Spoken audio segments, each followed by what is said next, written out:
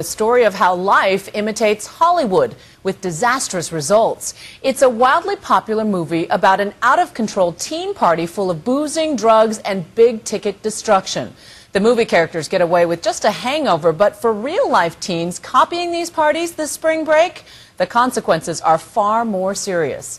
ABC's Ryan Owens shows us what happens when kids try this at home.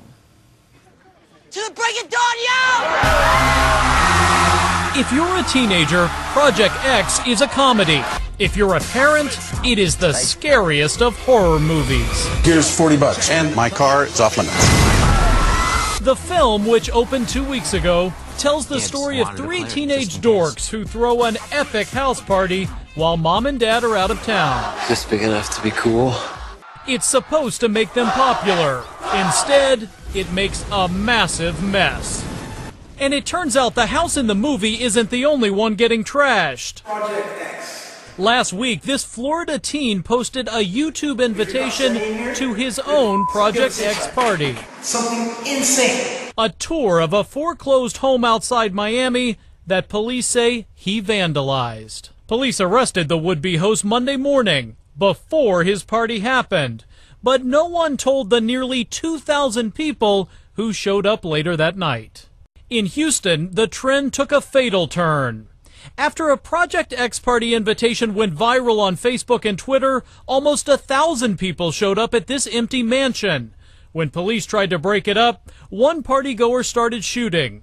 18-year-old Ryan Spikes was killed. He was a senior in high school on the football team just months from graduation. It's a tragedy. Somebody lost their child, which could have been avoided.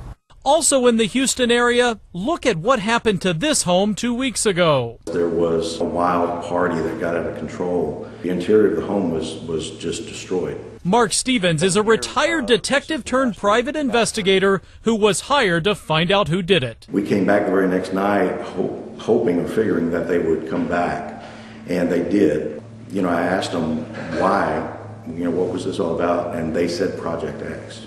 While repairs are nearly complete, look no further than that pile of debris in the garage as a reminder of the damage done.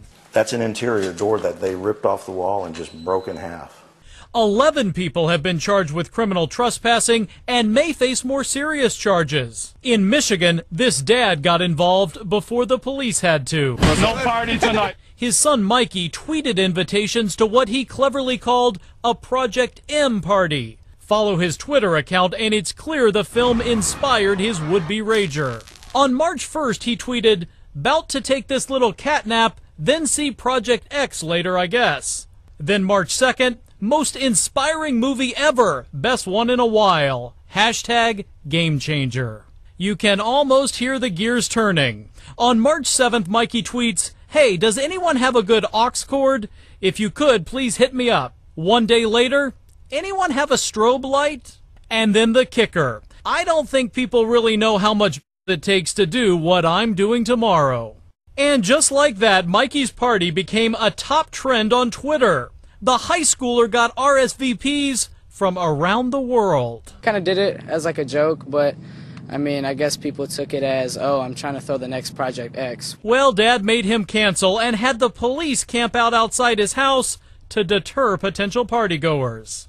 I'm sorry about what happened. We didn't mean it to get that big. It may have cramped Mikey's style, but it upped his street cred. A local division of Gawker Media offered him a job, impressed by his marketing skills.